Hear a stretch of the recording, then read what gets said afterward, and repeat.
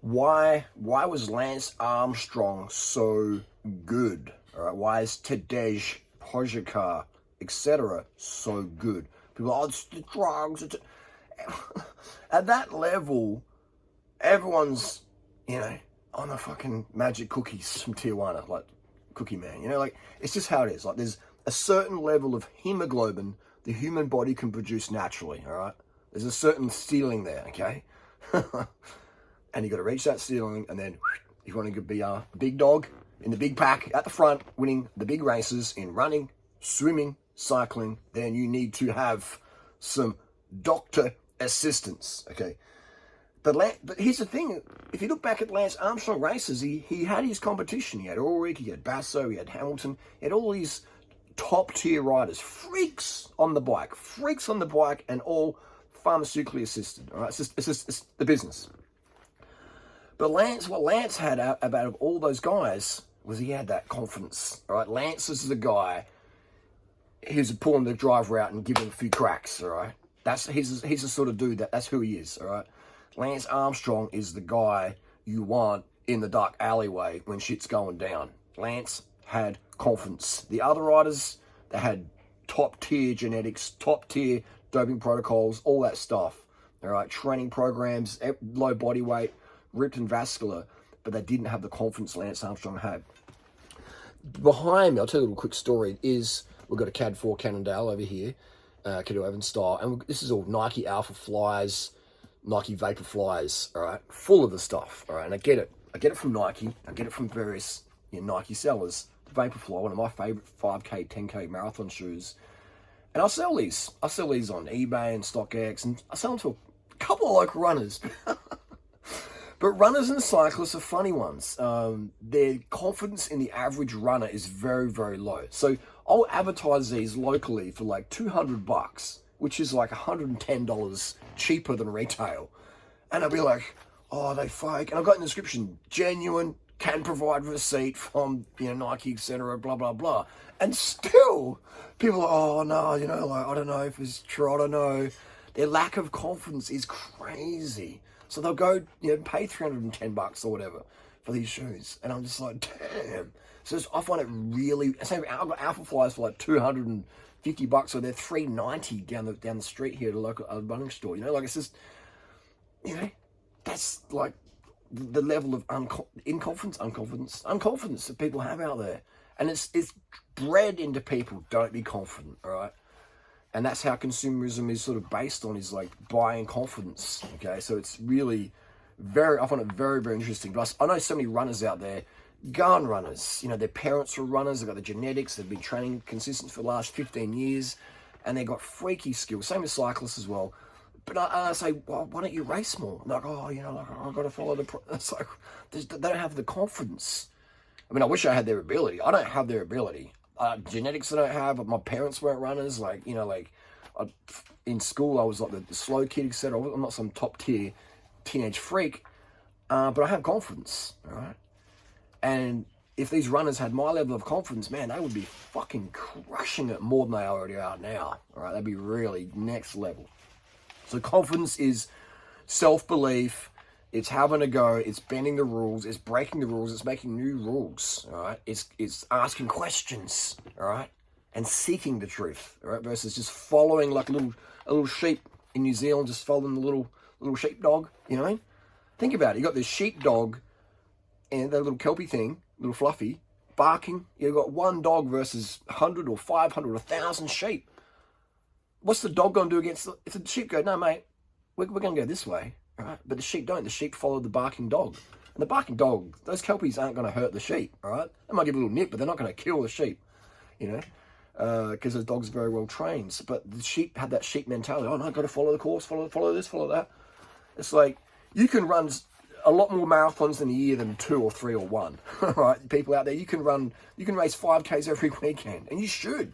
You should race as much as possible so you take the nerves away, all right? Because so many people lose performance because of the nerves. The nerves affect their breathing, they affect the digestion, they affect the sleep that night, and they affect the parasympathetic nervous system. They affect all these things, the excess nerves.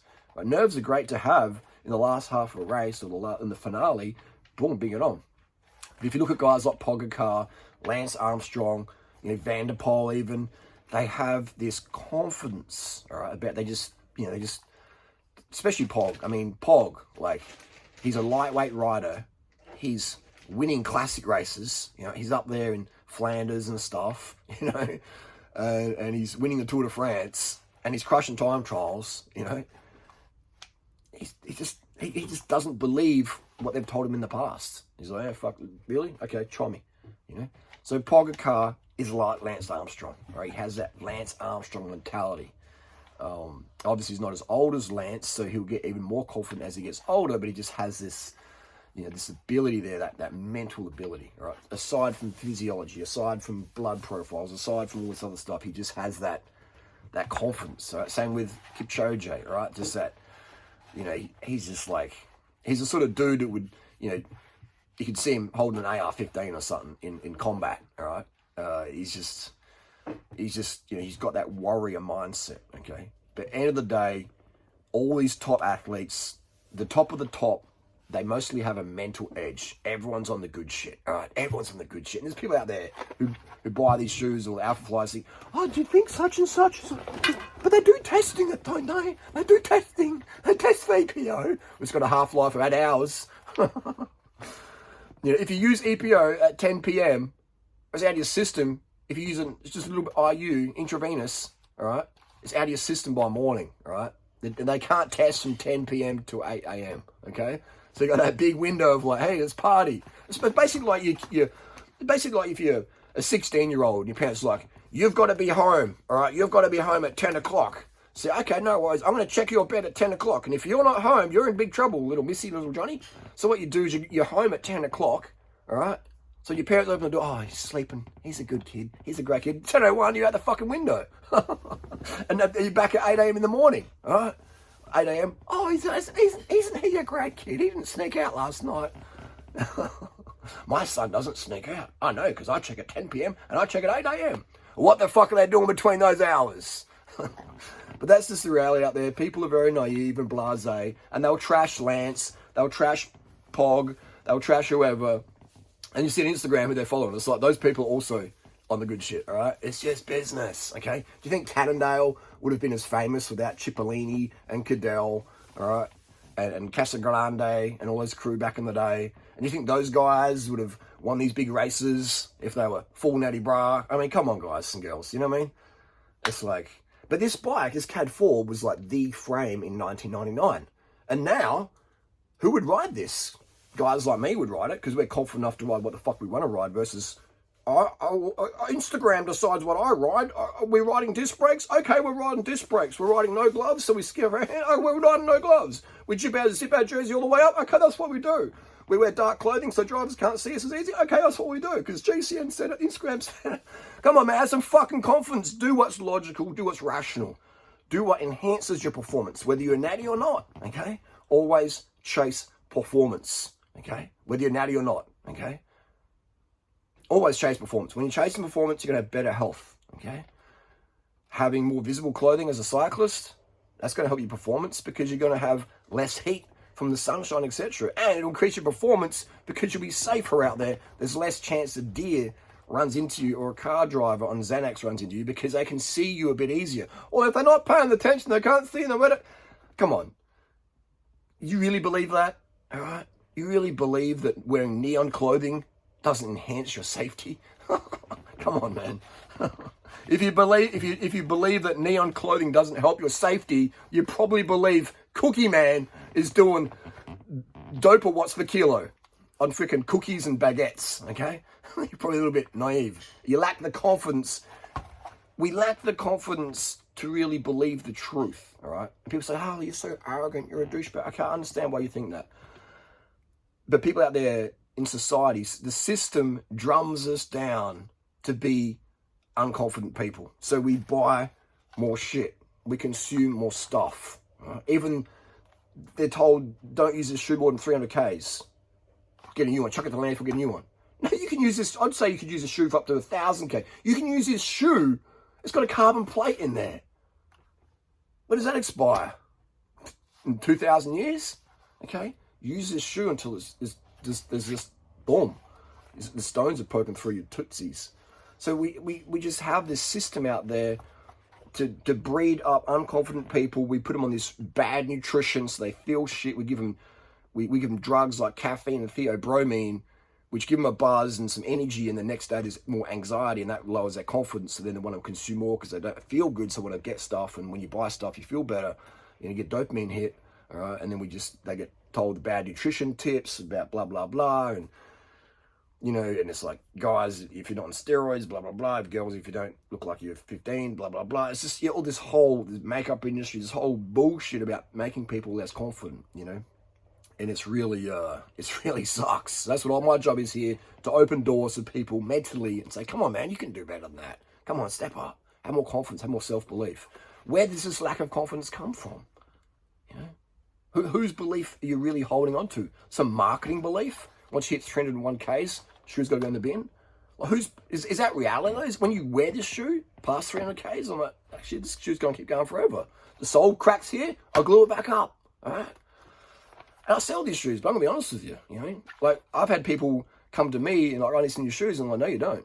I say, you can buy a pair off me because I sell these at the best price in the world, all right? I mean, maybe you might be able to find them at an outlet. Luckily, cheaper for sure, you could do that, but that's going to be, some Irish luck there. But I sell these shoes super cheap, and people still come to me, I need some new shoes. And I said, I'll buy the shoes because they're a killer price, but don't wear them today because those shoes still got heaps of life left. Or put them in your rotation. Don't throw them out, all right? Oh, but the shoe shop said, well, the shoe shop pays its rent selling shoes. Understand that. I don't pay my rent selling shoes. My rent's paid. I own my properties, okay? And I'm not a material dude that's trying to save up for a Ferrari or whatever, all right? I ride old shit because I love it, because I can, okay? Because I have the confidence to ride old shit. I can afford whatever I want in terms of bikes, but this stuff, I prefer it, all right?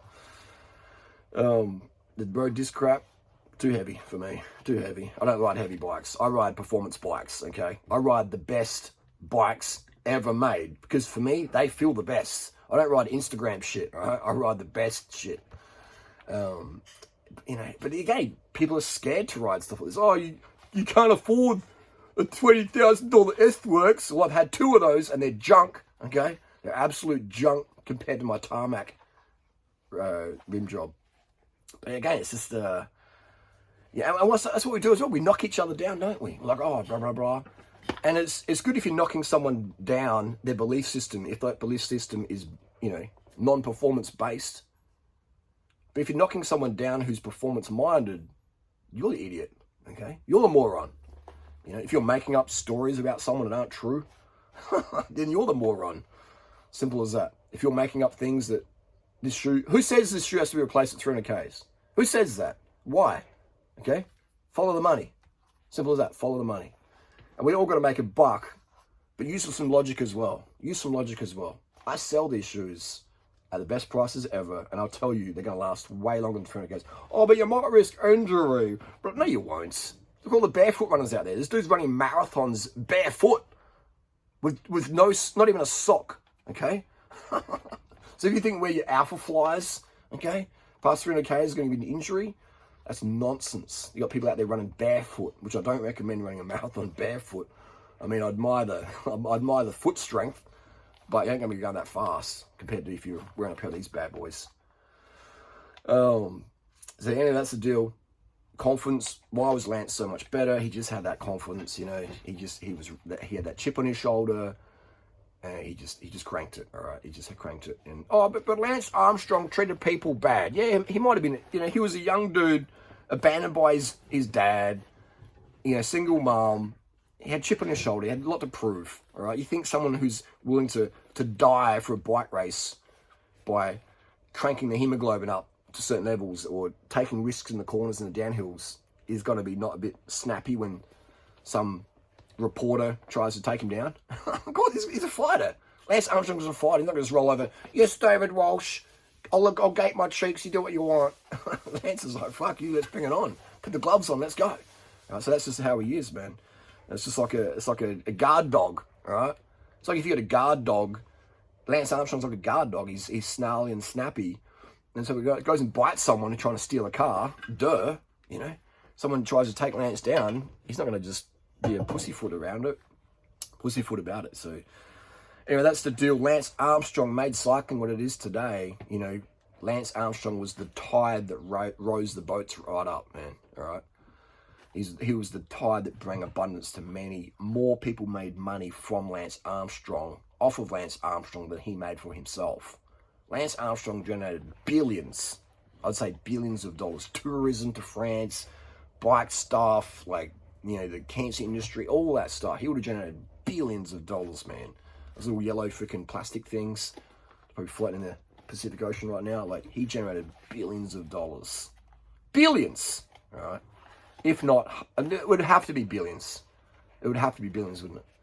You know, Lance, because even today, Lance Armstrong still gets hits and clicks. You know, that's like 20 years after over 20 years since his first tour win.